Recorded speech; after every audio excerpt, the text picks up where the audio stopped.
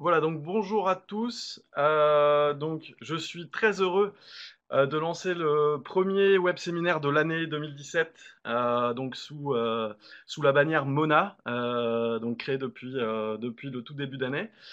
Donc, je suis en compagnie de Mylène Bez, donc qui est Coucou tout le monde. bonjour Mylène, Bonjour.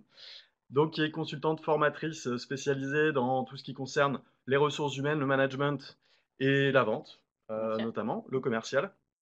Donc qui nous fait le plaisir de nous rejoindre pour cette heure que nous allons passer donc dédiée aux entretiens annuels et professionnels jusqu'au plan de formation.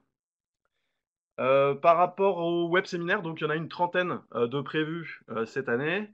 Vous les avez certainement parcourus, notamment sur le nouveau site internet de la Mona. Donc je ne vais pas rentrer dans le détail du programme. En tout cas, tout est en ligne et les programmes sont téléchargeables, que ce soit pour les formations, pour les web séminaires en fait, avec une possibilité d'inscription en ligne, comme vous le savez. Alors par rapport à la thématique qui nous concerne aujourd'hui, il faut savoir que donc il y a déjà eu des web séminaires organisés l'année dernière. Notamment, Mylène en avait assuré un sur l'entretien professionnel. Donc c'est des ressources en fait que vous pourrez retrouver et rebalayer, reparcourir de toute façon quand vous le souhaitez. Donc il y en avait eu un déjà sur l'entretien professionnel, un sur comment bâtir son plan de formation avec les étapes clés dans ce chantier. On sait que de toute façon, avec les réorganisations aussi du réseau en local, il y a fort à faire, on va dire, pour justement harmoniser les procédures et notamment tout ce qui concerne les ressources humaines, les fiches de poste, les entretiens, le plan de formation. Donc voilà, donc ça c'est autant de matières qui sont déjà stockées sur le site. Et il y a également un web séminaire qui avait été assuré sur la réforme de la formation avec voilà, le CPF notamment et tout ce qui en a découlé. Alors l'objectif aujourd'hui, ça va être d'aller un petit peu plus loin et surtout répondre aux questions que vous vous posez. Donc c'est pour ça on a programmé avec Mylène donc quatre séquences pendant ce temps d'échange. La première partie, donc Mylène va revenir plus précisément sur le distinguo entre l'entretien annuel et l'entretien professionnel, pour bien que ça soit clair pour vous.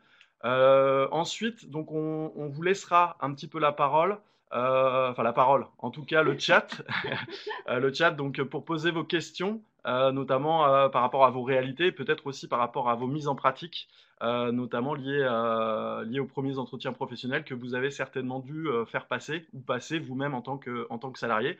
Troisième séquence, Mylène reviendra sur le plan de formation.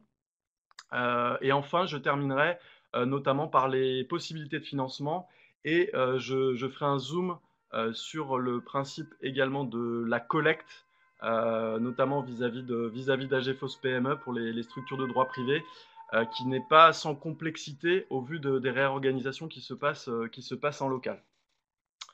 Donc voilà, donc j'espère que le déroulé vous convient. Et bien, sans plus attendre, je vais laisser la parole à Mylène pour qu'elle puisse dérouler justement ce dont elle voulait parler. Par contre, est-ce que tu peux Alors on a vraiment le soleil? un plein soleil ce matin sur Bordeaux, donc on fait un peu pâle, on a l'impression d'être en surexposition, mais voilà, j'espère que... Ah oui, Tu peux je juste vais, tourner un peu les je lames. vais en profiter pour aller m'occuper du rideau et voir si on peut pas mettre un petit peu d'ombre. Voilà. Voilà, Mylène, je te laisse. Merci.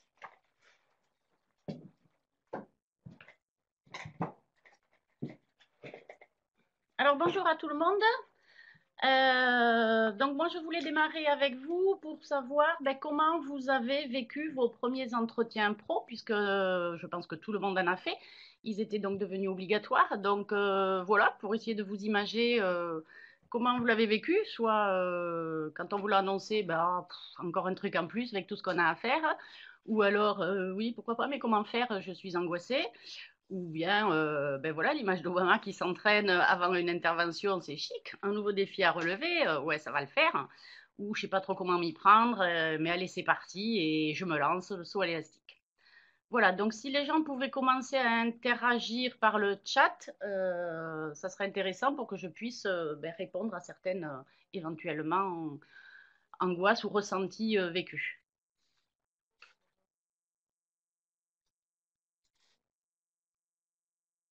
Où c'est que je vois les chats?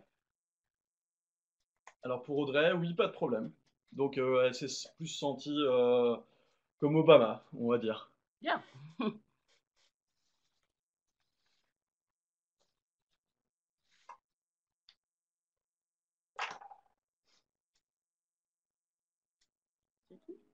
Bon. Une vraie richesse en termes de connaissances avec les collaborateurs. Très bien. Il n'y a pas eu forcément de difficultés en fait parmi les personnes qui sont présentes.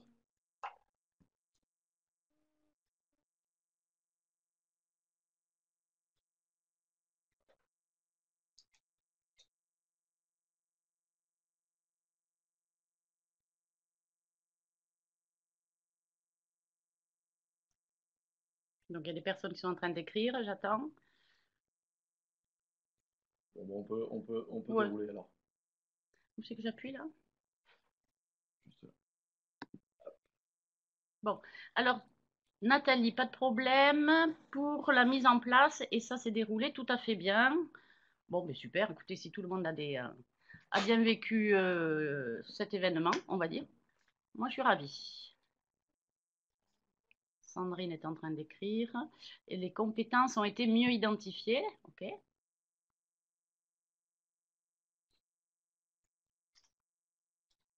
Que du bon, j'ai l'impression, ces entretiens professionnels. Chic. En fait, on n'a pas besoin de faire ce web séminaire. Allez, au revoir tout le monde.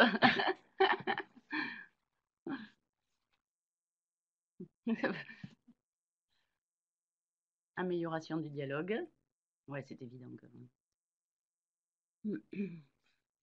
Bon, pendant que vous allez continuer à écrire, donc aujourd'hui, donc ce web séminaire n'a pas pour but du tout de refaire l'entretien professionnel comme l'année dernière, mais juste bon, les grandes différences entre l'entretien annuel qu'on appelle souvent EAP, entretien annuel de progrès ou entretien professionnel. Euh, donc pas de problème pour les entretiens, de bons échanges, super. Donc je rappelle bien que l'entretien annuel n'est pas réglementé par le contrat de travail alors que l'entretien professionnel l'est.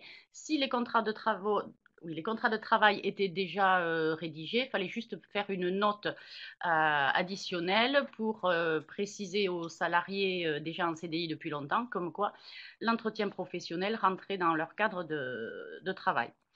L'entretien annuel sert à analyser le combien, c'est-à-dire qu'on apprécie les résultats obtenus, ce qu'ils ont fait, les écarts, les réussites, qu'est-ce qui manque. Dedans, on y met des objectifs, on rappelle ou on explique le sens de la mission, ce que l'on attend d'eux.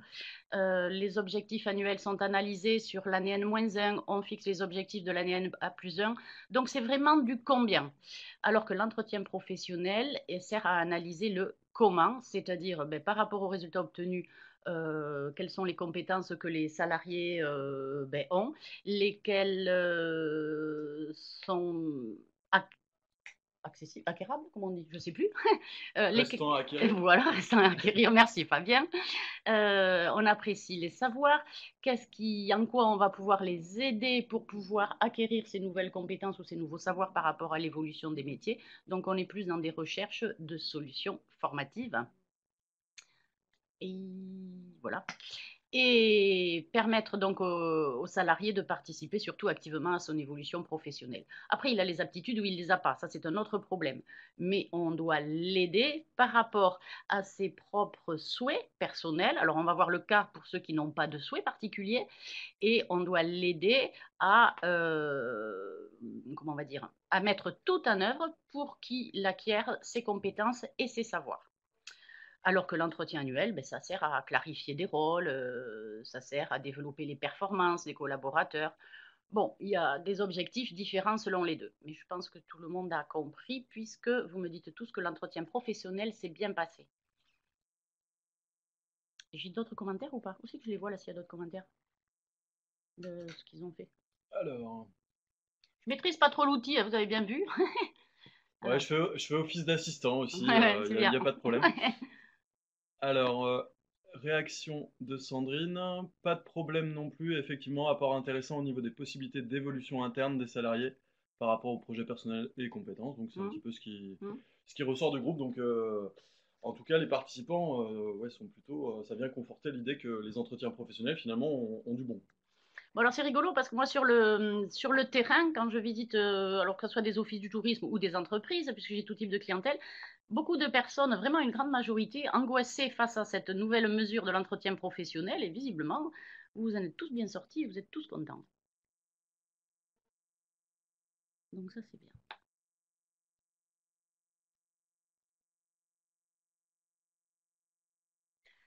Je vais peut-être répondre. Alors, on avait demandé à ce que les gens envoient des questions s'ils en avaient. Donc, quelques questions sont arrivées. Je vais y répondre. N'y a-t-il pas d'obligation d'entretien pro pour les non, pas d'obligation d'entretien pro pour les salariés qui ont moins de combien d'ancienneté? Donc je le rappelle, c'est moins de 2 ans d'ancienneté sur le poste de travail. L'entretien professionnel n'est pas obligatoire. Il faut attendre qu'il ait 2 ans d'ancienneté. On m'avait demandé quelle était l'importance des types de contrats, c'est-à-dire pour quel contrat on devait le faire. Donc je rappelle qu'on doit le faire pour les CDI de plus de 2 ans d'ancienneté, les CDD de plus de 2 ans d'ancienneté. Ne sont pas compris les stagiaires, ne sont pas compris les intérimaires, puisque leur employeur, c'est l'agence d'intérim qui fait l'entretien annuel. Qui j'oublie le personnel en infogérance ou en sous-traitance, vous n'avez pas à le faire même si ça fait 2 ans qu'ils sont dans votre structure. Et donc, la question s'est posée souvent pour les saisonniers. Donc, les saisonniers, imaginons vous avez un saisonnier qui a allez, 4 mois, donc c'est un contrat à durée déterminée en tant que saisonnier, vous n'avez pas à faire l'entretien professionnel. Après, si c'est le même saisonnier qui revient par exemple depuis 3, 4 ans, j'en sais rien, bon, il commence un peu à être intéressant dans votre structure, il est fidèle. Moi, j'ai tout simplement envie de vous dire, dans un sens de logique et d'éthique, on lui fait passer. Mais ça n'est pas obligatoire. Voilà. Mais c'est intéressant de savoir ben, quel serait son projet professionnel, quels seraient ses souhaits d'évolution dans l'entreprise, etc., quoi. On m'a demandé quelles sont les obligations en termes d'heures. Oui, Juste une question d'Emmanuel, là je rebondis par rapport pardon. à l'obligation, par rapport à la nature des contrats. Qu'est-ce qu'il en est des CAE, Qu'est-ce que c'est? des contrats aidés, notamment pour Je ne sais pas. contrats aidés qu'on retrouve pas mal dans le réseau. Écoute, Contrat aidé euh, Pôle emploi. contrat aidé Pôle emploi, ouais, c'est ça. Et il est d'une durée de plus de 2 ans? Si c'est le cas, dans ce cas-là, à mon avis, il faut le faire, hein. Tu es en train de me répondre. 12 mois, renouveler 12 mois. Bon, alors moi, je le ferai. Si les 24 mois ne sont pas atteints, c'est pas obligatoire, mais je le ferai parce que voilà, ben, il vit au milieu de la structure et c'est intéressant de le. Elle est en train d'écrire, hein. Parce qu'un contrat aidé, ça reste un CDD. Ça reste un contrat à durée Ouais, déterminée. Donc, ouais. oui. Ok, à la limite, si l'agent est maintenu sur le poste après le contrat aidé, ben voilà. Ouais, pourquoi pas? Après c'est vrai que suite à la réforme de la formation, il y avait aussi des questions, notamment par rapport aux stagiaires et par rapport aussi aux agents qui sont mis à dispo, ce qu'on retrouve des fois dans certains offices de tourisme. Là, il n'y a pas du tout obligation et finalement, il n'y a pas besoin. Voilà, ça c'était la petite particularité notamment que l'on peut retrouver également dans les structures. Autre question qui avait été remontée, quelles sont les obligations en termes d'heures de formation des salariés? Donc, il n'y a pas d'obligation. Un salarié peut très bien avoir eu une journée de formation et un autre 5 jours de formation. C'est en fonction de vos besoins, de l'évolution, de la technologie, je ne sais pas, de l'évolution économique, etc. Mais le minimum qui sera pris en considération comme une formation, c'est une formation de minimum 3 heures et demie. Voilà, une matinée ou une après-midi. Sinon, ce n'est pas considéré comme une formation. Alors, se pose le problème de la marque, dans le cadre de la marque qualité. Donc là, je ne savais pas répondre parce que je ne connaissais pas tous vos points de la marque qualité. Fabien m'a expliqué, tu me dis si je dis une bêtise, dans la mesure où vous l'avez noté dans vos critères qualité, ils doivent avoir 5 jours, c'est ça, mais sous forme d'éductour ou de. Je Alors, lui laisse la parole. ouais, je vais juste rebondir ouais, sur la marque qualité tourisme. Donc, c'est vrai que ça fait donc c'est dans le cadre du critère 2.3, le fait que l'Office de tourisme forme régulièrement son personnel. Il est fait mention notamment que l'ensemble du personnel doit bénéficier, ou en tout cas doit être accompagné, pour participer à au moins 3 jours de formation. Sachant que dans le référentiel, quand on parle de 3 journées de formation, peuvent être intégrées des formations externes avec éventuellement des organismes de formation, des cabinets, mais peuvent être également intégrées des éductours, des visites de prestataires, des formations en interne. Donc finalement, on est sur 3 journées qui peuvent, en tout cas dans le quotidien des salariés, finalement être facilement, c'est un critère qui est facilement honorable ou en tout cas qui ne pose pas forcément de soucis puisque ce ne sont pas forcément des journées de formation dispensées par des organismes de formation habilités. Donc ça, c'est le premier point. Après, par rapport à qu'est-ce qu'on entend par action de formation, ce qui est aussi un point important de la réforme, je m'étais noté notamment le fait que par rapport à la loi, il n'y a pas de...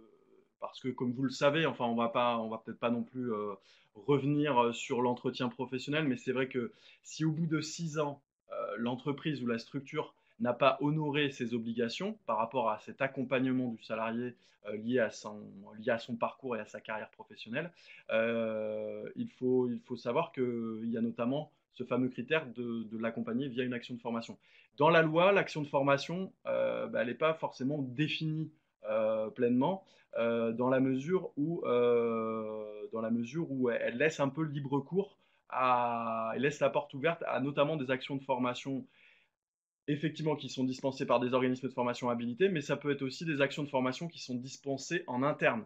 À partir du moment où il y a un programme de la formation, de l'objet de la formation qui est dispensé par un collègue, avec des objectifs en fait précis, des objectifs pédagogiques, puisque il y a quand même une logique de transmission. Par contre, pour tout ce qui concerne les formations, on va dire sécurité, des formations qui sont en lien direct avec le bon fonctionnement et surtout l'obligation du salarié de maîtriser notamment les règles de sécurité. Il y a le CACES, l'habilitation électrique, enfin voilà, on est dans d'autres secteurs d'activité, mais celles-ci, en fait, du fait qu'elles font partie finalement des compétences à dompter ou à avoir en fait par rapport à son emploi, ça rentre pas comme finalement un critère et ça ne permet pas de valider le fait que l'action de formation a été proposée en lien avec le parcours professionnel. On est vraiment sur, bon, celle-là, en l'occurrence, sur des exceptions. Mais bon, voilà. Donc, en gros, qualité tourisme, il y a 3 journées, mais dans lesquelles, bon, voilà, ça peut être ça peut être rempli par pas mal de choses. Et après, par rapport à le fait d'avoir deux critères sur 3 au bout de 6 ans qui sont honorés, là-dessus, l'action de formation peut également se faire en interne à partir du moment où il y a un programme et des objectifs pédagogiques qui sont très clairs. Je sais pas si... Notre obligation est uniquement la tenue de l'entretien pro. Je ne comprends pas la question. En gros, est-ce que l'entretien annuel, je pense que c'est ça, Emmanuel, est-ce que l'entretien annuel est aussi obligatoire? C'est Non, ça il n'est pas le... obligatoire. L'entretien annuel n'est pas obligatoire. Je vous le conseille vivement parce que c'est un bon suivi du salarié et ça se fait dans beaucoup d'endroits, mais reste encore des endroits où ils ne le font pas et ce n'est pas obligatoire. Question, on ne peut pas obliger un collègue à aller en formation. Non, vous ne pouvez pas l'obliger, mais ça dépend des types de formation. Comment expliquer? J'ai eu le cas dans une entreprise où le directeur fait une formation collective à tout le monde, justement sur, on va dire, la gestion des conflits avec la clientèle. C'est donc pour améliorer quand même la prestation qu'ils ont vis-à-vis de leurs clients.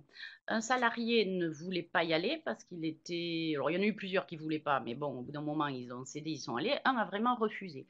Il a reçu une lettre en recommandé avec son premier avertissement pour la simple et bonne raison que si l'entreprise considère que cette action de formation est indispensable à la bonne réalisation, on va dire, de l'acte, il est en droit de lui mettre un avertissement. Alors, s'il y avait procès, je ne sais pas exactement comment la jurisprudence se manifesterait. Je pense, de toute façon, là, le directeur, j'ai parlé avec lui, il m'a dit non, mais juste parce que je ne veux pas montrer non plus, je ne veux pas commencer à faire un écart, sinon ça va être la porte ouverte à tout. De toute façon, la personne était à 6 mois de la retraite, donc bon, voilà, il n'est pas venu. Euh, Si un salarié refuse d'aller à un entretien, il doit vous le notifier en revanche par écrit et vous devez garder la preuve comme quoi vous lui avez proposé cette action de formation et vous devez garder la preuve qu'il a refusé. Comme ça, vous ne serez pas pénalisable. Alors là, attends, parce que ça défile, du coup, j'ai Ouais, pas tout lu. je me suis noté deux questions, notamment de Sandrine de Mont-de-Marsan, sur le fait que ben, comment on fait lorsque alors là c'est par rapport aux entretiens professionnels, comment on fait lorsque la personne, le salarié, n'a pas forcément de projet professionnel? Finalement, ça Hmm. peut être finalement un moment bah, qui est peut-être un petit peu long ou longué ou peut-être un peu difficile à meubler Mhm, dans la mesure où il n'y a pas forcément un projet bien construit ou bien clair en fait qui est exprimé par le salarié. mhm. Donc ça, c'était la première question. Et la deuxième, il était notamment mentionné, est-ce qu'il y a des pénalités qui s'appliquent pour les plus de 50, pour les entreprises de plus de 50 salariés, lorsque ces entretiens professionnels ne sont pas honorés? Oui, parce qu'il est obligatoire et donc il sera contrôlé, enfin ils vont commencer à contrôler les entreprises. Il est obligatoire et il y a des pénalités. Donc les pénalités, je ne sais plus de combien elles sont. S'il n'y a pas eu d'entretien professionnel, ça veut dire aussi peut-être qu'il n'y a pas eu d'action de formation pour le salarié ou d'évolution professionnelle ou d'évolution salariale. Dans ce cas, la pénalité est égale à un abondement du compte CPF du salarié concerné de 100 heures s'il est à temps plein et un abondement de 130 heures s'il est à temps partiel. Suite à quoi, il doit remonter à l'OPCA concerné cet abondement des comptes et payer à l'OPCA une amende de 30 euros par heure. Donc, si c'est une pénalité de 100 heures, c'est 100 heures fois 30 euros, 3000 euros. Voilà. Et cet argent est à verser à l'OPCA. Quels outils de suivi avons-nous? Ah, ça va trop vite. Et Quels... par rapport à la question Laquelle? de Sandrine de Mont-de-Marsan, Oui. lorsque finalement la personne n'a pas forcément de projet professionnel, Oui, bah, son projet professionnel, bah, à la limite, c'est de rester au poste où il est. Il n'a pas envie d'évoluer, il n'a pas. Bon, là, il n'y a pas de débat. Par contre, si vous, vous considérez avec l'évolution, alors je sais pas, de la technologie, des outils de communication, l'évolution peut-être comportementale, parce que vous avez un environnement économique qui change beaucoup dans le tourisme. Vous avez à réorganiser une offre touristique. Enfin, il y a beaucoup, beaucoup de mutations. Donc, dans ce cas-là, vous êtes en droit de lui dire, je souhaite que tu fasses cette formation. Alors, je souhaite pas, je veux.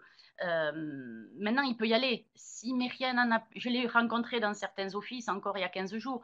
Une personne, elle va à la formation, elle ne met rien en application, donc elle n'évolue pas. Après, ben là, vous rentrez dans des considérations de gestion de personnel et là, c'est face à un entretien annuel ou à un comportement, je veux dire, la personne n'évolue pas. Donc, à un moment donné, dans 5 ans, 10 ans, j'en sais rien, elle est plus apte à remplir son poste de travail. Ben oui, à un moment donné, il y a peut-être, je sais pas moi, jusqu'au licenciement, on peut aller. Enfin, j'exagère un peu, mais c'est. Il faut être clair. Alors après, est-ce que par exemple, parce que dans le cadre de la réforme, il y a eu notamment la mise en place du CEP, le conseiller en évolution Voilà. professionnelle. Ça peut peut-être être une piste à mentionner également lors de l'entretien professionnel, à mentionner donc auprès du salarié pour éventuellement qu'il creuse peut-être ces questions-là liées à son parcours, à sa vision un petit peu de quel pourrait être son parcours ou sa carrière professionnelle. Donc le CEP, c'est un conseil en évolution professionnelle et donc, il y a un site internet dédié, donc qui peut peut-être être intéressant, notamment, et qui peut servir d'aide, on va dire, aux salariés pour construire son projet.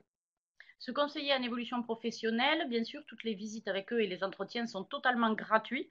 Ce sont des personnes habilitées à accompagner les projets d'évolution professionnelle, voire si la personne n'a pas d'évolution professionnelle, le fait que ça vienne d'une personne extérieure, elle va lui donner des pistes, des informations, elle lui facilite l'accès aussi en montant les dispositifs, etc. Et on les retrouve de toute façon un peu partout, Pôle emploi, les missions locales, il y en a qui sont nommés par les OPACIF, des opérateurs choisis par le conseil régional. Fabien a raison, de toute façon, il y a un site et vous avez toute l'explication là-dessus. Beaucoup de collègues qui n'ont pas de projet Si la personne ne souhaite pas, vas-y. Alors, Si la personne ne souhaite si pas la personne ne partir, souhaite pas partir ni ni bouger. bouger. Moi, je suis pas Bon, bah, très tendre dans ce j'espère cas-là. qu'il n'y en a pas beaucoup dans la structure, en tout cas. Moi, je suis pas très tendre dans ce cas-là, hein. Je fais pas de quartier. Pourquoi? Parce que moi, j'ai toujours une vision d'ensemble, c'est-à-dire je privilégie le groupe et non pas l'individu, la coopération, la collectivité. Donc, si j'ai une personne, par exemple, qui veut pas se former, qui veut pas partir, donc peut-être, je peux imaginer, du coup, c'est un peu un frein dans l'office. Ben, à un moment donné, il faut faire des choix. Je ne vais pas pénaliser toute une équipe qui bosse, qui travaille, qui s'acharne, etc. Et laisser, entre guillemets, tout pouvoir, mais si c'est pas tout pouvoir, c'est de la latitude à une personne, ben non, qui veut pas bouger. Enfin, moi, à un moment donné, ça va me pourrir l'équipe, quoi. Euh, Et donc, tu fais quoi alors, je la dans ces vire. cas-là? Je suis très claire. Enfin, je la vire pas comme ça. Bien sûr, je la convoque, je préviens, j'informe que j'ai un besoin, que c'est pas, et puis que je trouve que c'est injuste vis-à-vis de toute l'équipe. Et que l'injustice, moi, ça, je sais pas le gérer. Vous êtes une équipe. Je n'aime pas être injuste.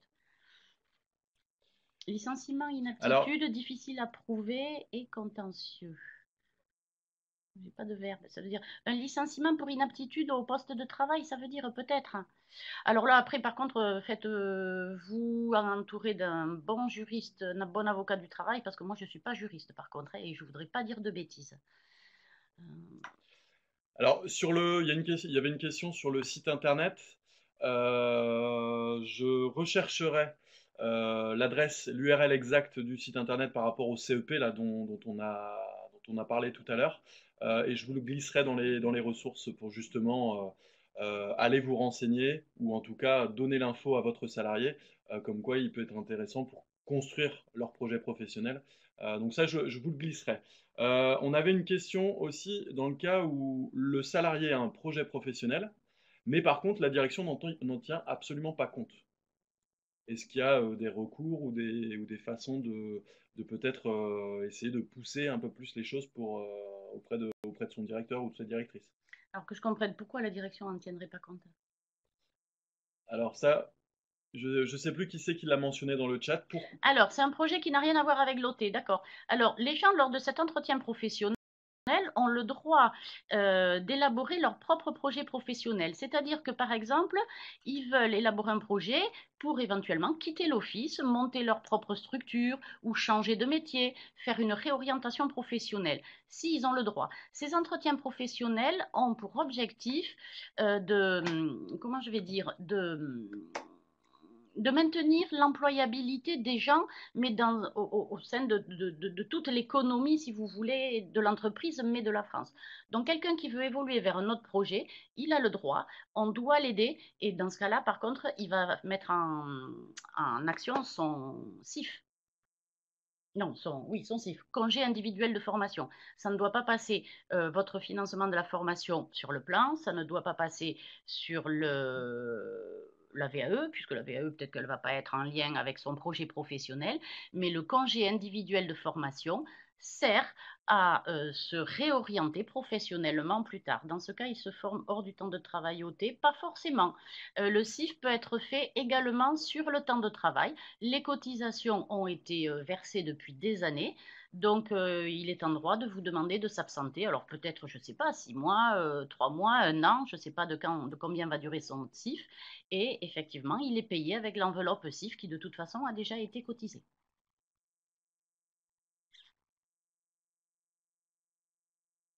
Si vous pouvez s'il veut se former hors du temps du travail, si c'est un vrai projet d'ailleurs de quelque chose qui veut monter, souvent ils acceptent de se former aussi hors du temps du travail.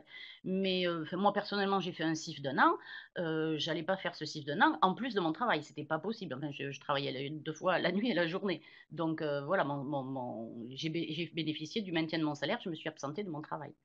Ça veut dire qu'on a un remboursement de l'enveloppe CIF.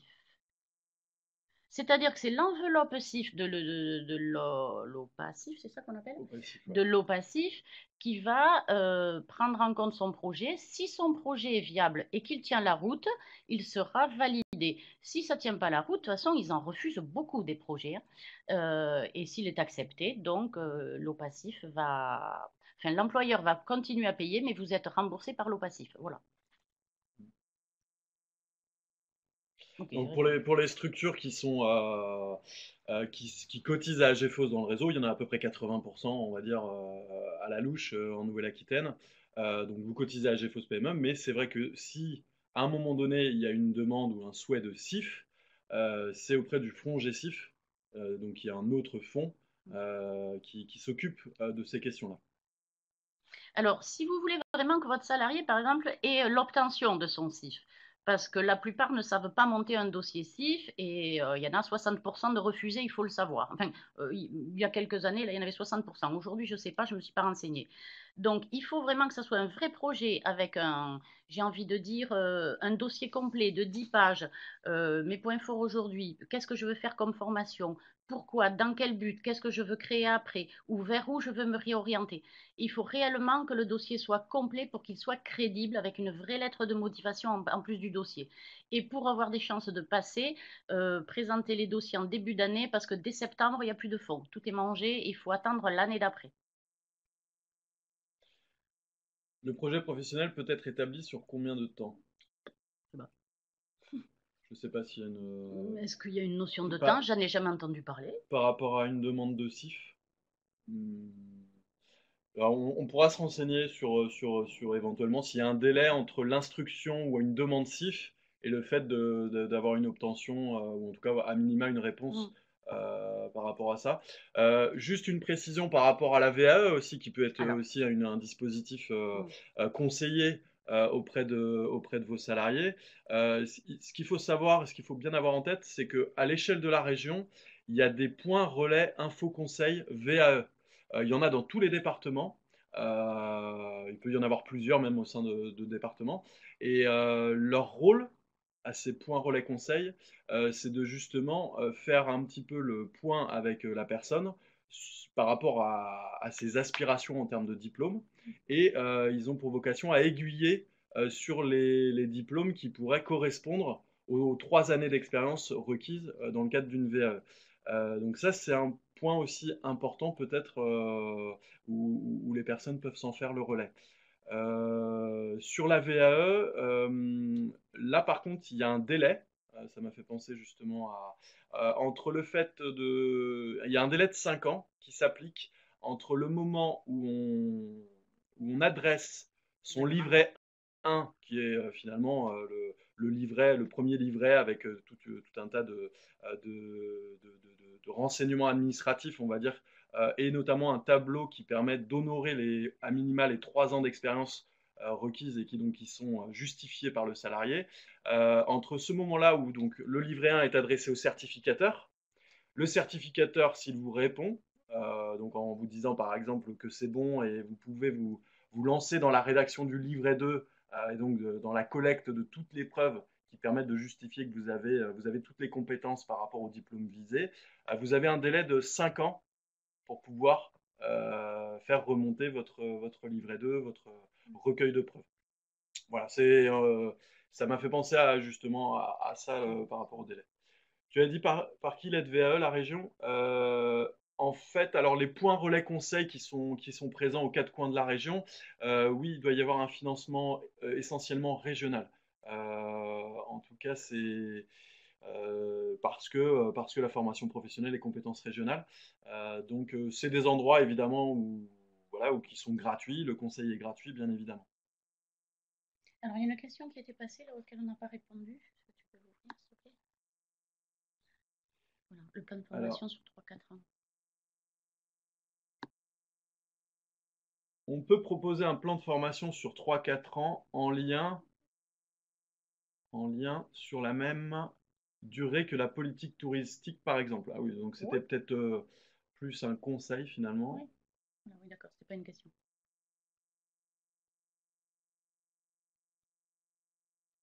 Alors après, oui, par rapport à l'autre question sur la VE, donc les points relais conseils, on va dire, donc me semble-t-il, c'est un financement essentiellement région. Ça c'est une, mais en tout cas pour le lieu physique, pour le lieu d'accueil, histoire d'avoir en face un conseiller.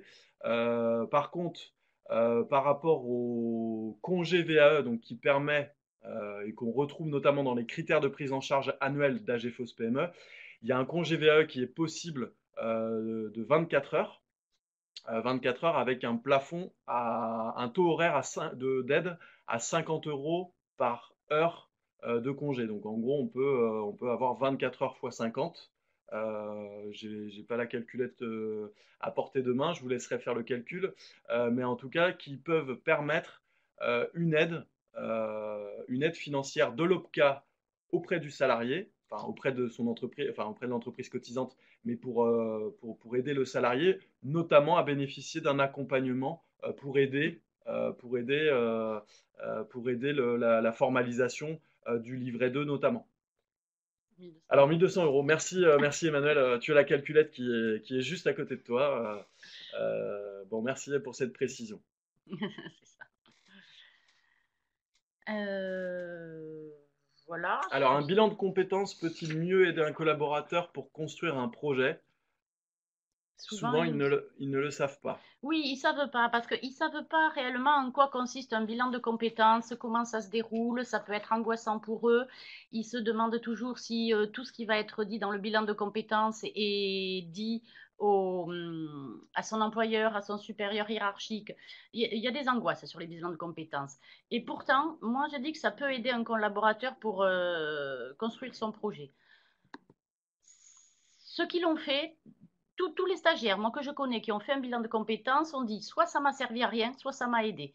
Donc de toute façon, on ne peut rien perdre là-dessus. Ça les met souvent ça met en exergue en tout cas j'ai envie de dire leurs problèmes de pensée, leurs problèmes comportementaux parfois. Ça les fait tomber de leur piédestal. Ou quand ils sont en conflit avec le directeur d'OT d'ailleurs, parce que j'ai rencontré le cas aussi dans les OT, où le directeur a beau expliquer, voilà, ben non, ça, je pense que tu n'en as pas les capacités, ou ça, c'est comportementalement, non, tu n'es pas en adéquation pour prétendre à ça.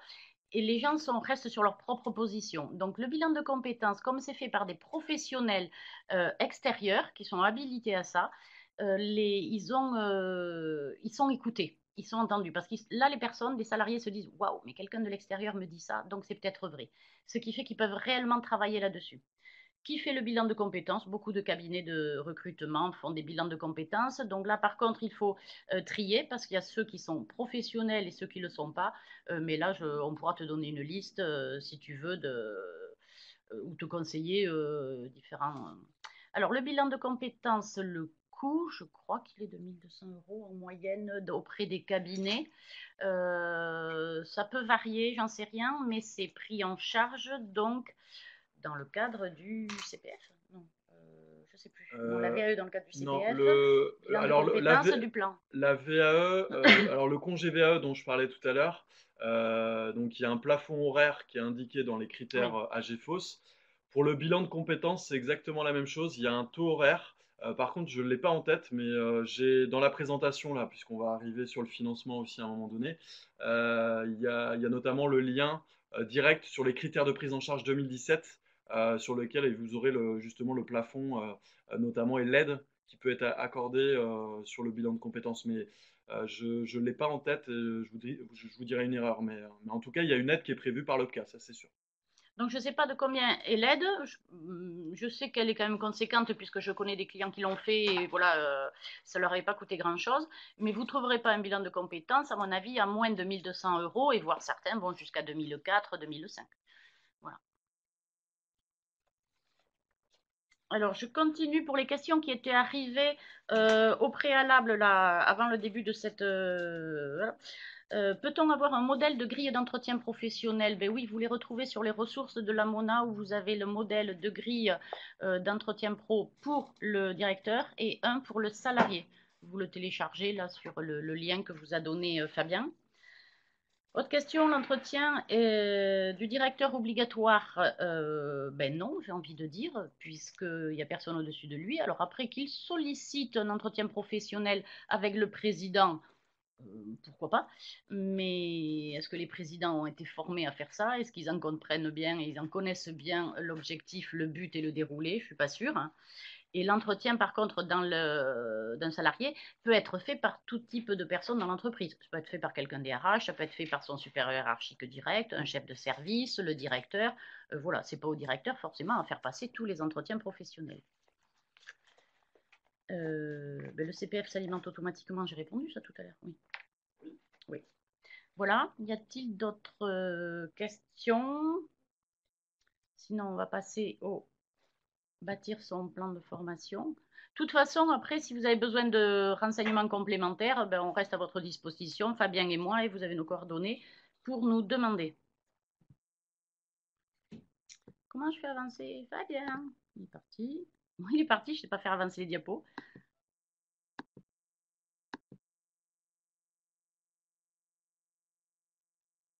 Est-ce que ça marche? Donc ça. Ah oui, on n'a pas parlé du suivi. Le suivi, bien sûr, il va être fait en continu, hein, parce qu'on ne peut pas 2 ans après se dire, tiens, au fait, on en était où de l'ancien entretien professionnel? Ça, c'est...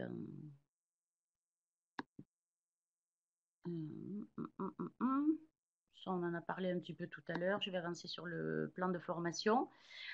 Si vous avez des questions.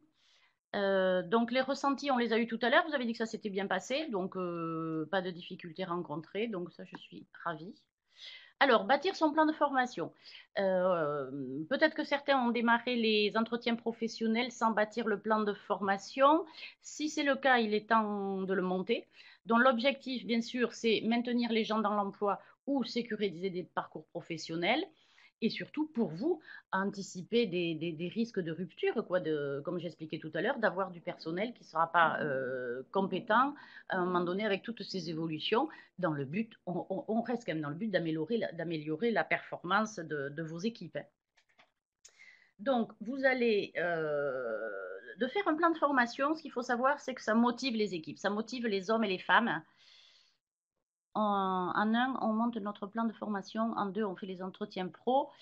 Non, j'ai plutôt envie de dire que c'est l'inverse. C'est suite aux entretiens pro que j'ai fait remonter les besoins des salariés et que moi, j'expose également toutes les évolutions économiques de la structure et techniques, que par rapport à ça, je vais pouvoir monter un plan de formation.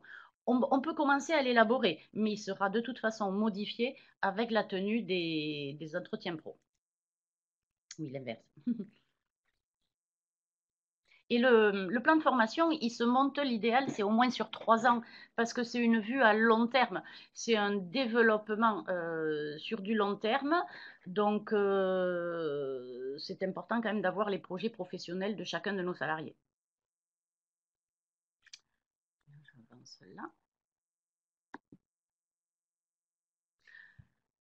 Donc, on doit informer les salariés de toutes les orientations, les projets de votre structure. On doit même les informer, par exemple, du futur recrutement de quelqu'un. On doit, oui, alors, mais on peut donner les grandes lignes de notre projet touristique, faire des entretiens pro, puis bâtir le plan de formation. Oui. Nous avons présenté la GPEC aux équipes, puis fait les entretiens pro, puis le plan. Voilà, très bien. Donc les entretiens pro, parce que dans le plan vont être tenus compte des entretiens pro, puisque techniquement tout est consolidé dans un tableau, style tableau Excel, et donc vous avez les demandes de chacun des salariés et vous, vos propres besoins aussi pour développer la structure. Ce qui fait que c'est la compilation de tout ça qui va faire qu'on va faire un plan. Ce fameux plan, vous allez du coup établir le budget. Vous avez toutes les demandes de formation qui arrivent. Ok, à un moment donné, peut-être que ça va dépasser le budget que vous avez. Donc, il va falloir faire des coupes sombres. Ou alors, dépenser ce fameux budget, mais ça veut dire que l'investissement, ça va être un investissement. C'est-à-dire que tout ne sera pas remboursé par les OPCA. Vous allez communiquer à vos salariés, plus, je vous rappelle, partenaires sociaux ou délégués du personnel, si vous en avez, vous êtes obligé de leur communiquer pour les informer, hein. Ils n'ont pas à dire oui ou non, mais vous devez les informer. Et grâce à ça, vous allez pouvoir préparer votre dossier détaillé Pourquoi? Parce que vous allez intégrer l'OPCA dans cette démarche de façon à ce qu'il puisse vous donner des financements hors enveloppe déjà prévue. Je veux dire, je vous rappelle qu'il y a toutes les enveloppes mutualisées qu'il faut solliciter, qu'il faut aller chercher. Les OPCA ne vous donnent pas forcément l'information comme ça gratuitement, enfin gratuitement, parce qu'ils sont débordés et puis ils n'y pensent pas et puis j'en sais rien. Mais allez demander surtout des fonds en plus des fonds obligatoires. Il y a des enveloppes, il y a de l'argent, mais il faut se défendre, même si on vous dit non au début, vous bataillez, vous verrez que vous aurez des oui. J'ai eu l'exemple plein de fois. Oui, donc alors par contre, quelles difficultés avez-vous rencontrées pour ceux qui ont déjà bâti leur plan de formation? Alors je refais pas tout le détail du plan de formation puisque vous l'avez eu, il y a eu le précédent web séminaire et vous avez toutes les ressources dessus, mais maintenant je suis là pour répondre aux questions.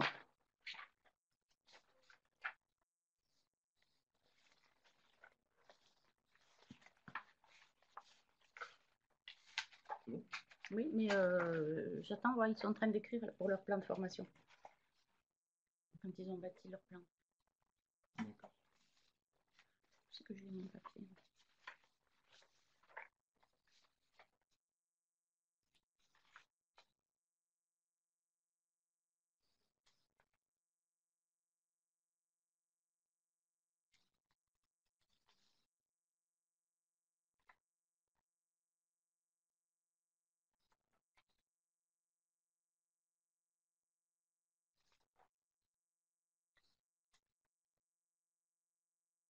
Oula, on va voir un roman. Et votre plan de formation, j'ai oublié de dire, il peut aussi évoluer sur les 3 ans. Il peut y avoir des modifications, ce qui peut paraître logique, parce qu'il y a des nouveaux événements, je ne sais pas, par rapport à votre projet touristique, des choses qui peuvent ne pas se faire, par rapport à des regroupements, par rapport à des mutations économiques, par rapport à des, je sais pas, des démissions aussi au sein de votre structure, vos salariés qui bougent, enfin, notre plan de formation, car, ah, attends, fais-moi remonter là, s'il te plaît, là. Ouais.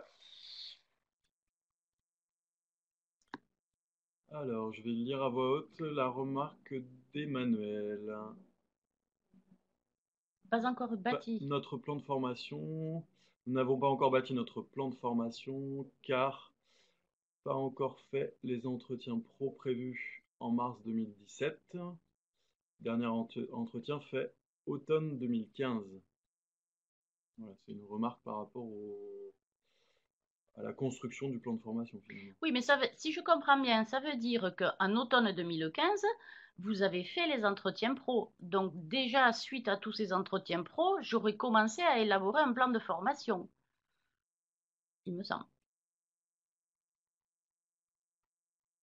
Parce que s'il y a eu des demandes de la part des salariés de montée en compétences ou d'évolution professionnelle, c'est bien répertorié quelque part. Le plan de formation, il faut savoir que c'est une vue d'ensemble, une vue globale, quelque chose qui est monté et regroupé.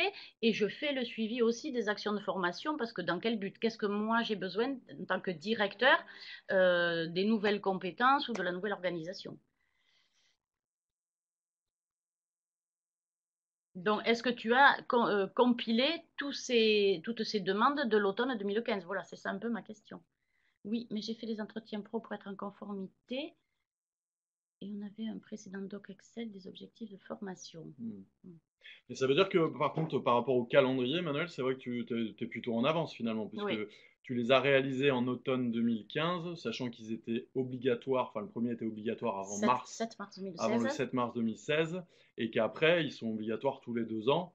Donc là, si tu en reprévois d'autres en mars 2017, l'obligation finalement porte plus en mars 2018. Donc après, c'est autant d'éléments qui, une fois compilés, finalement, vont peut-être effectivement te permettre de voir à 2-3 ans. Ouais. Alors, prioriser en fonction de budget sans décevoir. Oui, ça effectivement, communication pas toujours facile et pas toujours comprise.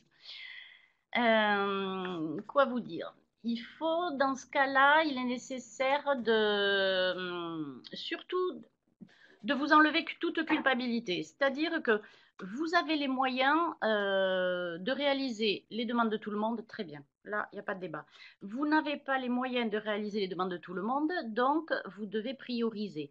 Vous expliquez votre priorisation. Elle est sûrement bâtie sur du ressenti, des faits précis et réels pour vous.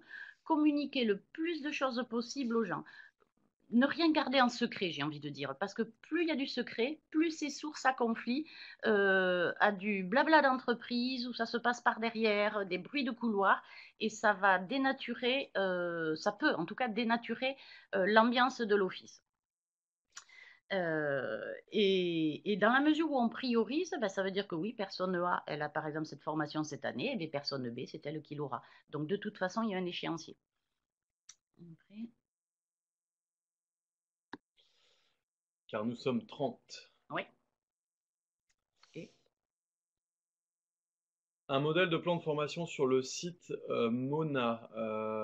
oui, Très bonne remarque il y en a. d'Emmanuel. Alors, il y en a, Il y en avait un effectivement, avec le web séminaire qu'il y avait ouais, eu. avec le web séminaire de l'année dernière, il y avait un exemple de trame, un petit peu de comment ça peut prendre forme. Je pense que parallèlement, je compilerai aussi quelques exemples du réseau qui pourront certainement vous intéresser. Il y avait une remarque par rapport au calendrier aussi. Emmanuel. Ouais, des Des modèles modèles, des seraient. modèles. Ok. Donc là-dessus, ouais, je vais pas redire ce que je disais en introduction, mais vraiment, il faut vraiment décortiquer un petit peu déjà toute la matière qui apparaît suite au web séminaire de l'année dernière, parce il y a vraiment des documents d'appui qui pourront en tout cas vous aider. Ça Alors, il y marche. avait la personne là qui me mettait, oui, mais on est 30. Alors, Donc, Emmanuel, on remonte progressivement les questions, hein. C'est hum, pour ça qu'on essaie en même temps de le déchiffrer en live. Emmanuel, tu disais par rapport aussi à la question de l'agenda politique, en tout cas de la politique touristique, qui chez toi donc va être établie entre 2017 et 2020 en termes de schéma. Et donc l'idée de faire monter en compétence les collègues, c'est finalement peut-être pas forcément euh, toujours évident de à la fois tenir compte de ce qui est mentionné par les collègues et les collaborateurs dans le cadre des entretiens et le fait de le mettre en perspective avec un schéma touristique de développement local. Mais en même temps, j'ai envie de dire, plus le schéma, enfin en tout cas, si le souhait de la collectivité, c'est quand même, enfin, puis de plus en plus, je veux dire, il y a des projets pluriannuels qui sont proposés en lien direct avec la collectivité. Plus c'est clair, plus finalement les compétences qu'on a en interne ou les compétences qu'il va falloir renforcer en interne par rapport à ces axes, finalement vont permettre aussi de peut-être d'aiguiller notamment le choix ou pas de positionner telle ou telle personne pour une action de formation. Donc je pense que c'est plutôt même bénéfique d'établir son plan de formation à 2-3 ans, bien évidemment, en lien direct avec le schéma, ça semble assez évident.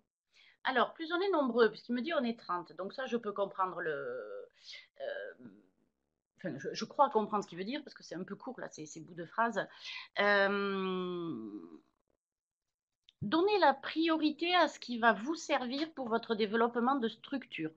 Également, donnez la priorité au développement des compétences des collaborateurs. On revient sur le sujet tout à l'heure d'une personne qui, par exemple, ben, est dans le mal-être et dans le malaise, ça la fait suer, elle ne veut pas faire des formations obligatoires parce qu'elle veut monter un projet plus tard. Ben, commencez à lui donner priorité. De toute façon, ce n'est pas les mêmes enveloppes, donc ça n'en altère, enfin, ça ne prendra pas d'argent sur votre enveloppe du plan. Pensez bien à tout faire, les CIF, les CPF, oui, les CIF, les CPF, la VAE, le plan de formation, aller chercher des enveloppes budgétaires mutualisées en plus. Franchement, avec tout ça, vous pouvez arriver à satisfaire tout le monde. Alors, pas chaque année, bien sûr, et puis c'est pas l'objectif. Attendez, c'est pas ok, c'est devenu un devoir de former les salariés, mais on n'est pas obligé de faire tout le monde tous les ans. Il faut pas non plus tomber dans l'extrême.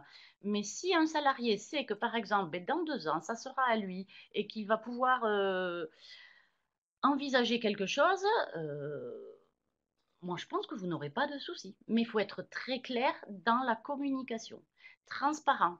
Fonctionnez toujours avec votre système de votre qu'est-ce qui est juste pour le groupe. La complexité d'être nombreux et que cela coûte et que bien sûr, on ne peut satisfaire tout le monde. Non, on ne peut pas satisfaire tout le monde tous les ans. Mais justement, un plan de formation sert à pouvoir échelonner. Si un salarié, on lui explique bien, cette année, je ne peux pas pour ça parce que telle et telle raison, on a des priorités.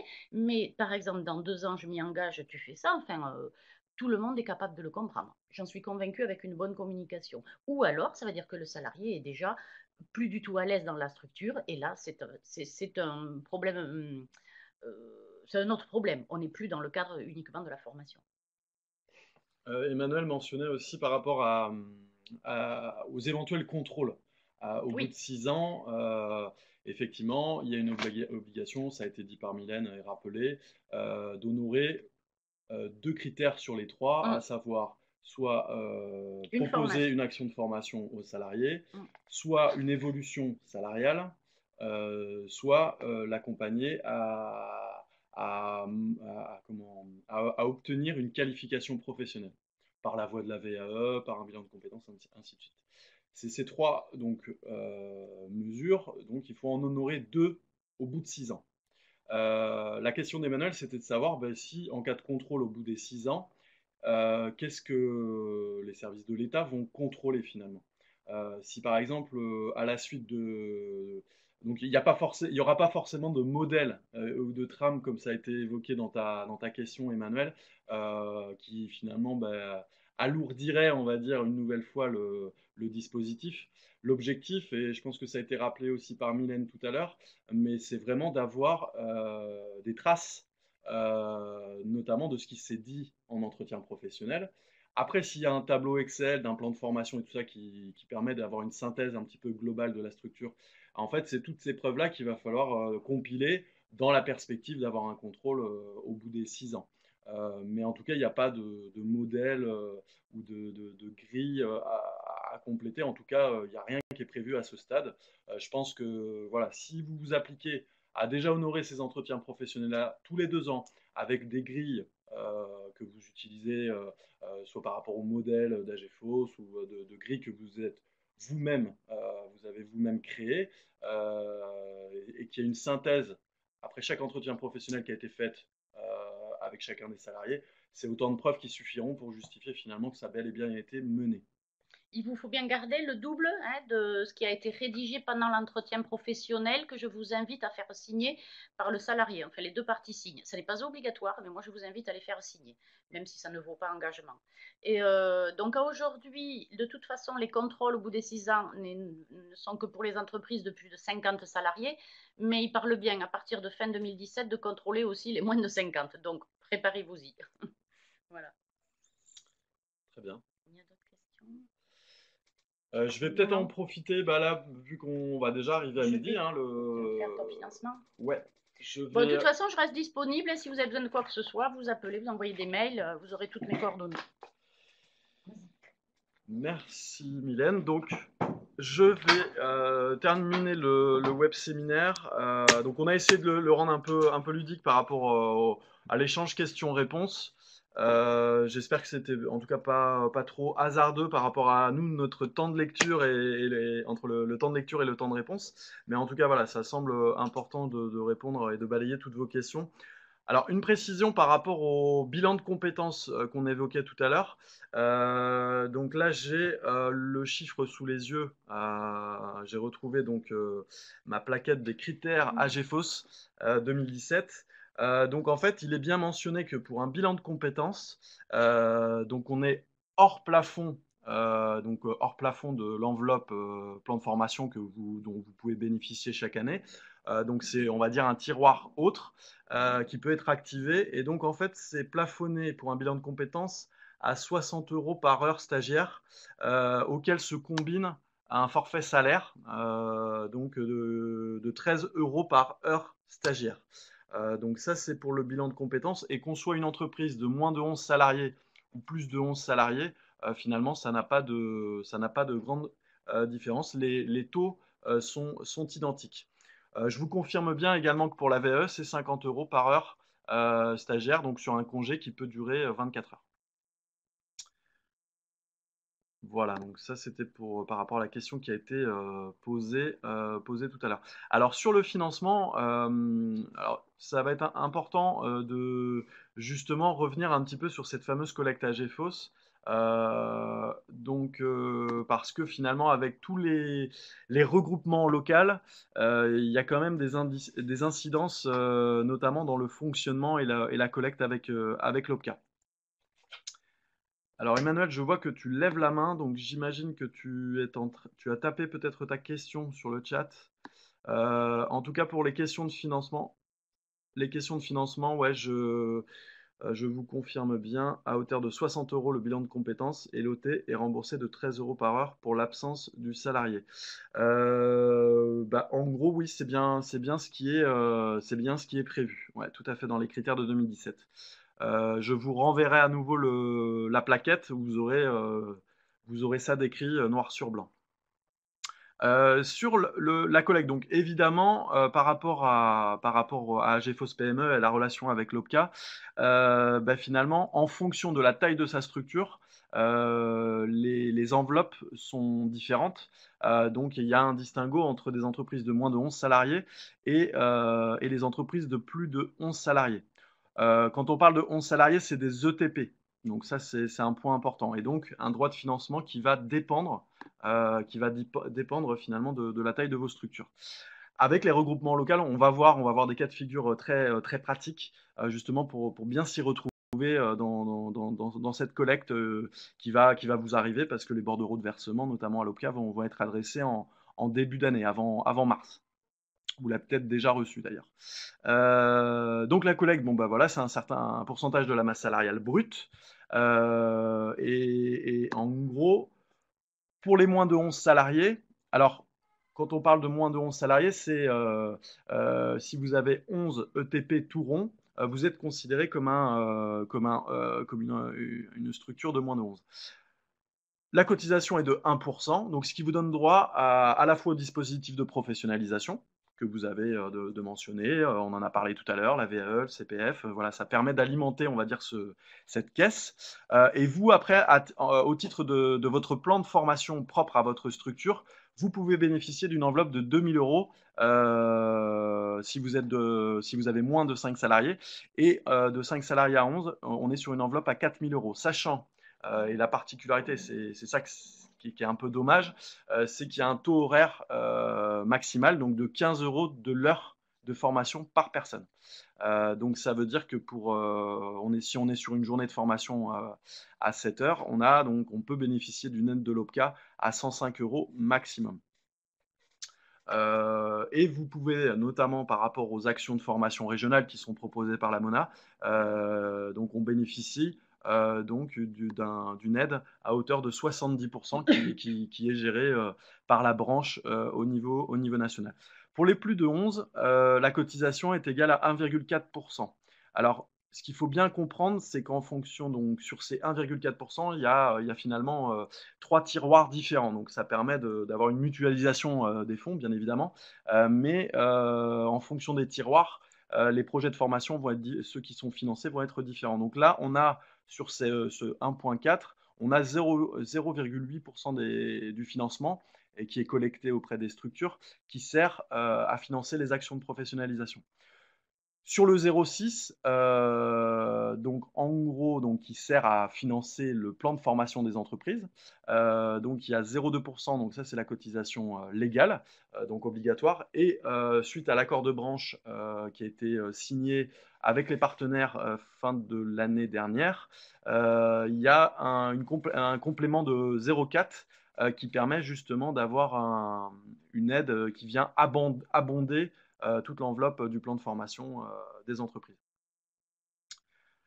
Ça vous permet aussi, une fois ce 1,4 honoré, d'avoir un droit de tirage. Alors quand on parle de droit de tirage, c'est finalement votre plan de formation. C'est-à-dire que si vous versez au titre du plan de formation, on va dire, je ne sais pas, mettons 5 000 €, vous, en rétribution, vous pourrez finalement justifier d'avoir un versement de l'OPCA pour votre plan de formation entreprise, un versement à hauteur de 110% maximum.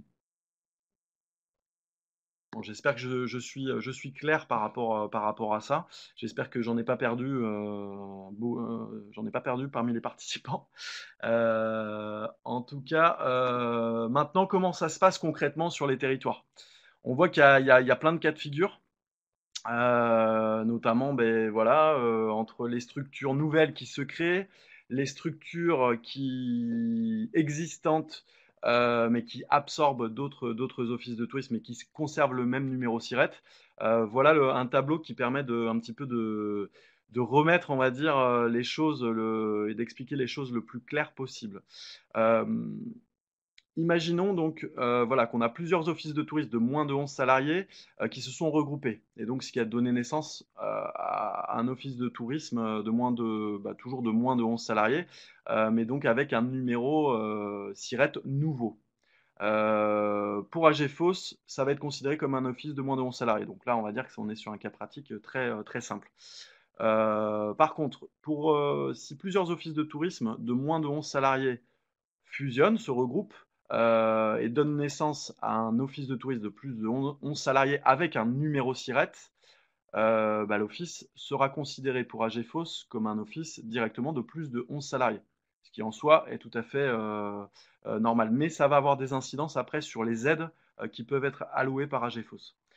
Dans le cas de plusieurs offices donc de moins de salariés, mais qui donnent naissance à un office de tourisme de plus de 11, avec finalement une absorption, mais avec un numéro SIRET existant, pour AGFOS PME, c'est un office qui va continuer à rester considéré comme un office de moins de 11 salariés pendant une durée de 3 ans. C'est ce que l'OPCA AGFOS PME appelle le droit de seuil. Donc, ce qui permet finalement pendant 3 ans, de se préparer à verser le fonds formation à hauteur d'une entreprise de plus de 11 salariés.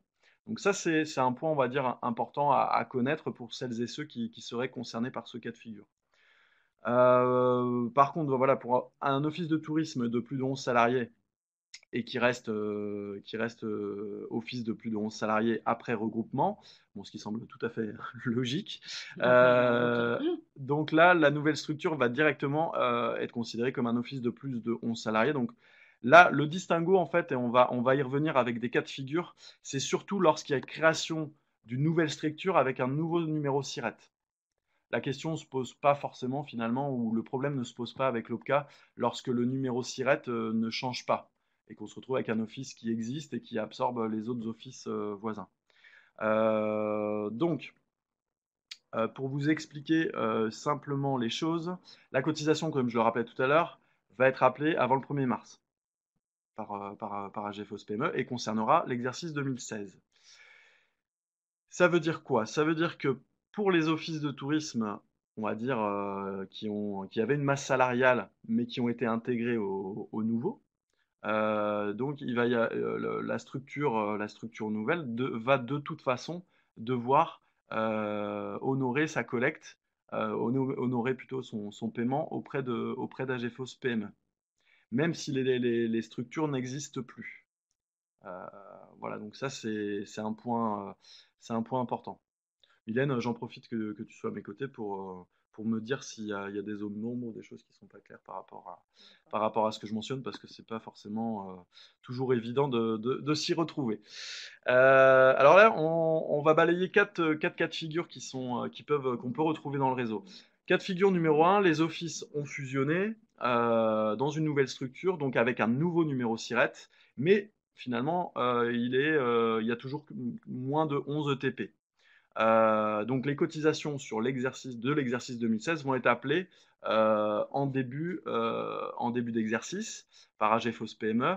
Mais par contre, il faudra tout de même, avec cette création d'une nouvelle structure, honorer une cotisation volontaire parallèlement à la cotisation des anciennes structures qui ont été intégrées, une cotisation volontaire de 300 € hors taxe. Ce qui vous permettra de bénéficier à la fois des fonds actions de professionnalisation, CPF, VAE, j'y reviens pas, et aussi de pouvoir bénéficier de l'enveloppe du plan de formation d'entreprise à hauteur de 2000 ou 4000 euros selon que vous soyez à moins de 5 salariés ou entre 5 et 10. Même du plan? Pardon? Même du plan? Il y a du plan pour les moins de 11, ouais, à partir du D'accord. moment où l'office est nouvellement créé, mais reste moins de 11 salariés. Il y a quand même une contribution de 300 euros qu'il faudra prévoir. Cas de figure numéro 2, les offices sont fusionnés dans une nouvelle structure, donc là, nouveau numéro SIRET également. Mais par contre, au total, on se retrouve avec un effectif de plus de 11 salariés. Donc les cotisations vont être appelées également auprès du nouvel office de tourisme créé. Et alors là, c'est ça qui est important pour vous, pour ceux qui sont concernés, c'est que, en gros, pour pouvoir bénéficier des aides, il faudra donc honorer une cotisation volontaire de 200 euros hors taxe, mais qui ne vous permettra de bénéficier que des actions de professionnalisation. Donc, plus de sous pour l'enveloppe formation liée au plan. Ça, c'est un point hyper important. J'espère qu'il est clair parce que c'est vrai que c'est pas évident non plus quand on parle de gestion prévisionnelle des emplois et des compétences. C'est vrai qu'à un moment donné, sur la partie financement, ça a aussi des incidences directes sur ce qui peut être planifié par les structures. Voilà, donc ça, moi, par exemple, je l'ai appris ce matin, je ne le savais pas, mais du coup, quid où on oblige les employeurs à faire des formations à leurs salariés, et finalement, là, ils ont pas d'enveloppe.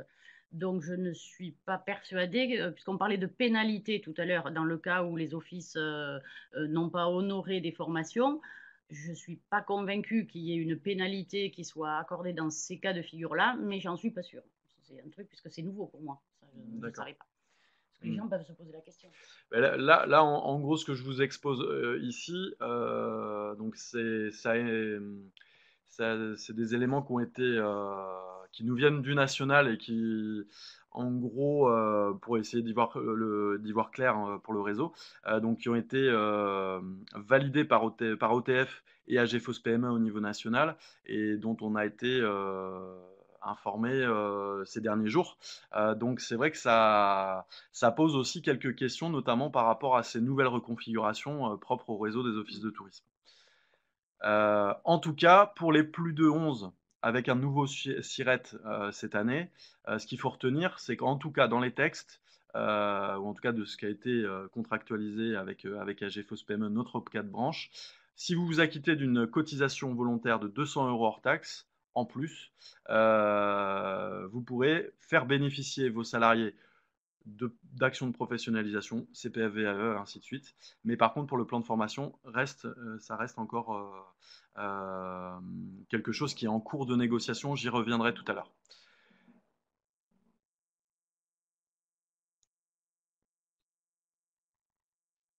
Alors oui, Oui. oui, Emmanuel, pour répondre à ta question, les saisonniers peuvent être comptabilisés dans le calcul des ETP à partir du moment où où où la masse salariale de toute façon les considère. Ils peuvent pas, ils doivent. J'ai dit quoi? Ils peuvent. Ils Ils doivent. doivent. Merci Mylène d'insister sur les bons mots. Cas de figure numéro 3. Les offices ont été absorbés par des offices existants. Le nouvel office fait moins de 11 salariés. Donc, les cotisations sur l'exercice 2016 seront appelées partout pour le compte de toutes les anciennes structures. Et le nouvel office de tourisme aura droit aux actions de pro et à une enveloppe correspondant à sa taille de 2016. Bon, là, il n'y a pas de. Ça me semble assez clair. Et enfin, le cas de figure numéro 4, les offices de tourisme ont été absorbés par un des offices existants, donc avec un numéro de SIRET déjà reconnu. Le nouvel office de tourisme fait plus de 11 salariés, donc ça veut dire que, bah, effectivement, ce qui va être appelé au titre de la cotisation, donc ça va se baser sur la masse salariale de l'ensemble des effectifs de ces offices de tourisme-là en 2016. Et donc, il aura le droit à la fois aux actions de pro et à la fois à son plan de formation classique.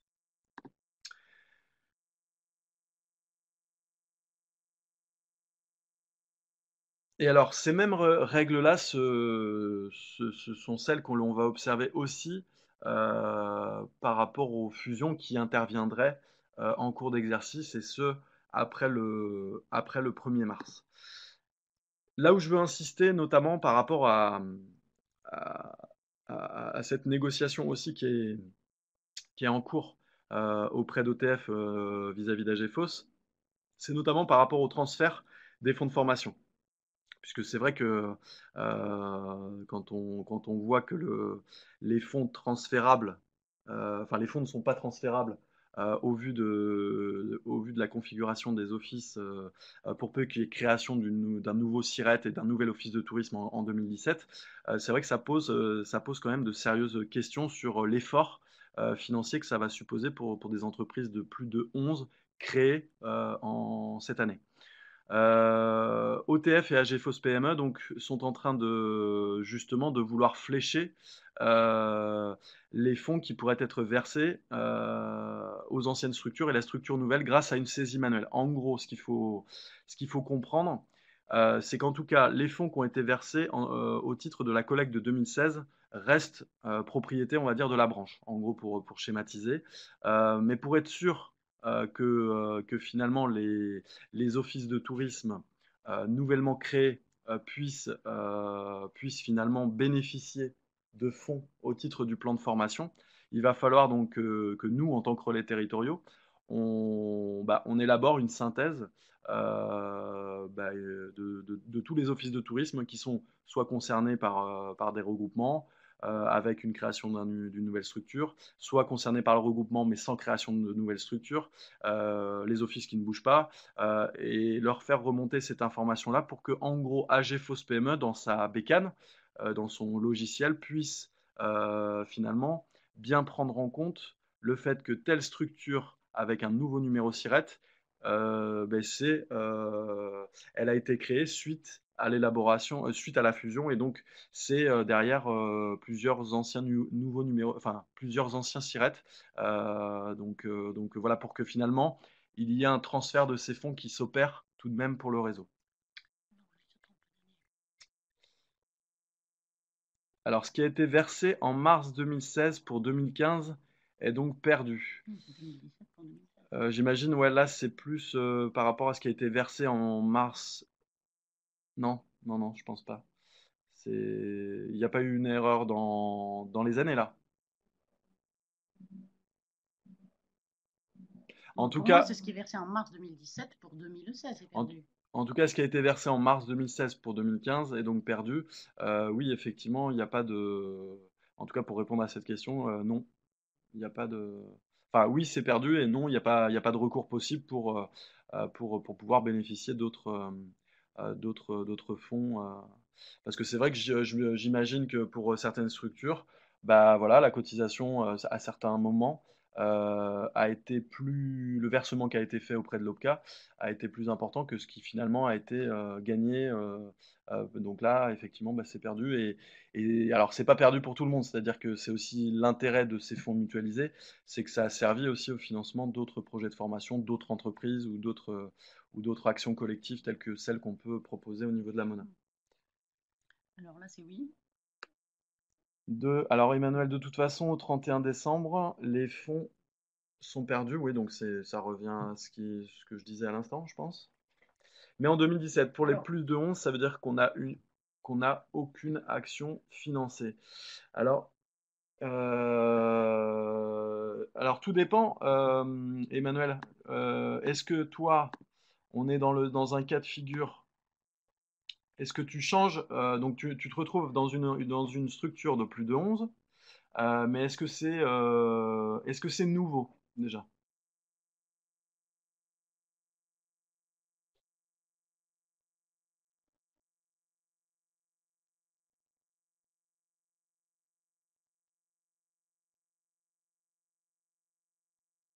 D'accord. Donc par rapport au franchissement de seuil, donc ce qui est là au moins j'ai toutes les infos, le franchissement de seuil plus de 11, il a été enclenché à partir de 2015, ça veut dire que tu as 2015, 2016, 2017 où tu te retrouves en gros tu te retrouves en franchissement de seuil, donc ce qui te donne le droit d'être considéré par AGFOS PME comme une structure toujours de moins de 11 salariés. Et donc, ce qui te permet à la fois, donc tu es entre 5 et 11 salariés, si je ne dis pas de bêtises, donc ça va te permettre à la fois de bénéficier d'un financement sur les actions de professionnalisation, comme je le rappelais tout à l'heure, mais aussi de bénéficier d'un plan de formation et d'une enveloppe de 4 000 euros en tenant compte de ce plafond à 15 euros par heure et par personne. Euh, c'est par rapport à la notion de franchissement de seuil, Emmanuel. C'est-à-dire que si à partir de 2015, on t'a dit que tu étais en franchissement de seuil, ça veut dire que pour les structures finalement qui, d'un exercice à l'autre, passent je dis n'importe quoi, mais de 9 salariés à 11 salariés. AGFOS PME estime que finalement, bah, cette augmentation de l'effectif te permet de rester sur une collecte moins de 11 salariés pendant 3 ans. Et au bout de ces 3 ans, tu te retrouves à finalement honorer une collecte de plus de 11 salariés. Donc en gros, c'est 3 ans qui te permettent de bénéficier du statut de moins de 11 parce que finalement on se rend compte bah, que c'est pas finalement c'est plutôt bien en fait puisque ça te permet de pouvoir bénéficier d'une enveloppe plan de formation et des périodes de pro.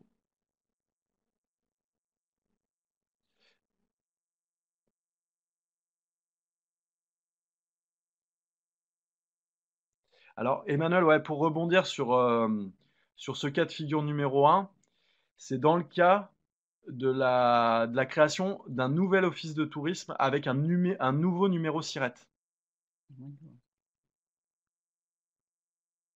Voilà. Donc, si il y a nouveau numéro SIRET,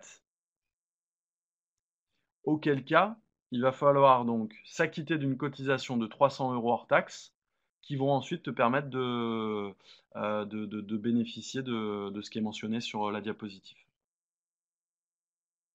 Ouais, donc c'est bien ça. Donc, création de l'EPIC avec un nouveau numéro SIRET. Donc, c'est bien ce cas de figure-là, le cas de figure numéro un.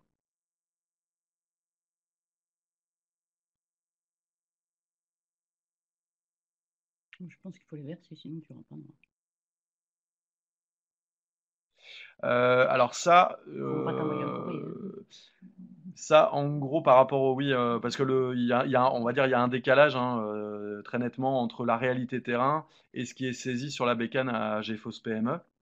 Donc c'est pour ça que nous, on va faire un travail d'ici la fin du mois pour justement essayer de faire remonter à notre fédération l'état du réseau pour finalement qu'il y ait, il y ait une vue un peu plus claire du réseau et notamment de ses collègues. Donc en gros, ce qu'il faudra faire dans ton cas de figure à toi, vu qu'on est sur la création d'un nouveau numéro SIRET, c'est de mentionner à GFOS PME ce cas de figure-là pour qu'ils intègrent directement le fait qu'il y ait ce versement à prévoir et à te faire.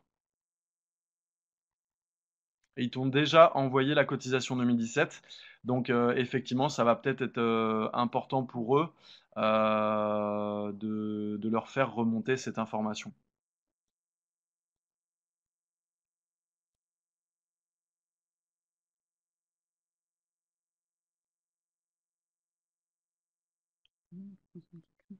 Il faudrait revenir sur l'événement.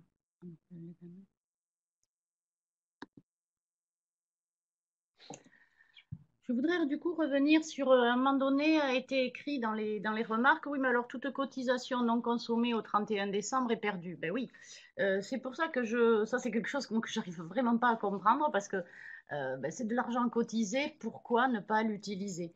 Alors le fait de monter justement, de bâtir un plan de formation, vous pouvez voir que par exemple, ben, pour cette année, tout va pas être consommé, mais qu'il va y avoir quelque chose que vous avez prévu l'année 2.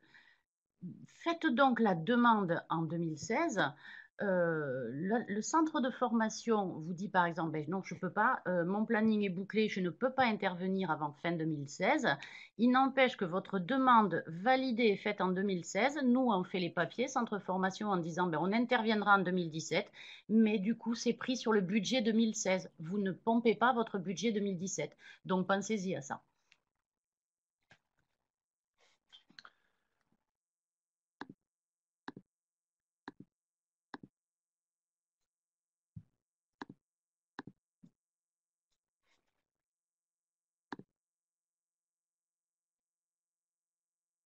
Donc voilà, donc pour terminer là, par rapport à ces questions de remontée d'informations, donc voilà, donc nous en tant que relais territorial, avant la fin février 2017, on a été saisi par OTF justement pour faire remonter ces informations-là liées à la création de nouveaux offices de tourisme avec des nouveaux numéros de tirette et voir si selon les configurations locales, voir si on est sur des entreprises de plus de 11, de moins de 11 et qu'est-ce qui peut s'appliquer après derrière. En tout cas, et c'est aussi pour permettre, comme je le disais tout à l'heure, pour permettre aux entreprises notamment de plus de 11, de pouvoir, même si il y a des regroupements locaux, de pouvoir finalement capitaliser sur ce qui a été versé par les anciens offices de tourisme qui existaient jusqu'en 2016. Donc ça a aussi son importance. Après, et c'est important aussi au niveau du calendrier que tout soit remonté d'ici la fin février, puisque en gros, à partir du mois de mars, pour pouvoir justement capitaliser sur l'utilisation de fonds qui auraient été versés par des offices existants jusqu'au 31 décembre 2016, il faudra défendre le bout de gras à chaque SPP. Donc le SPP, c'est des réunions nationales où finalement, il faudra voir si cet office de tourisme-là qui est dans ce projet de formation, enfin voilà, ça fera l'objet d'après discussions au niveau national, donc ça risque d'être un peu compliqué. Il n'y a pas forcément de garantie de pouvoir justement bénéficier de fonds de formation au vu de ces configurations. Bon, en tout cas, par rapport au scénario que je vous ai exposé, j'espère que en tout cas vous vous y retrouvez. Et si, s'il y a besoin de compléments, n'hésitez pas justement à me faire remonter votre cas de figure pour essayer de voir quelles sont les règles qui s'appliquent pour être raccord avec l'OPCA AG PME. Alors bien évidemment pour les agents de la fonction publique territoriale, je ne l'ai pas forcément évoqué puisque en gros c'est directement en lien avec le CNFPT que cela se passe et que malheureusement, en tout cas sauf pour les acteurs du Limousin où en gros le CNFPT du Limousin verse et paye de la formation pour les salariés de la fonction publique. Pour les fonctionnaires qui se situent et qui travaillent dans les ex-périmètres de Poitou-Charentes et d'Aquitaine, il n'y a malheureusement pas d'aide sur du financement de formation, on va dire, autres que celles qui sont proposées dans le cadre de leur catalogue.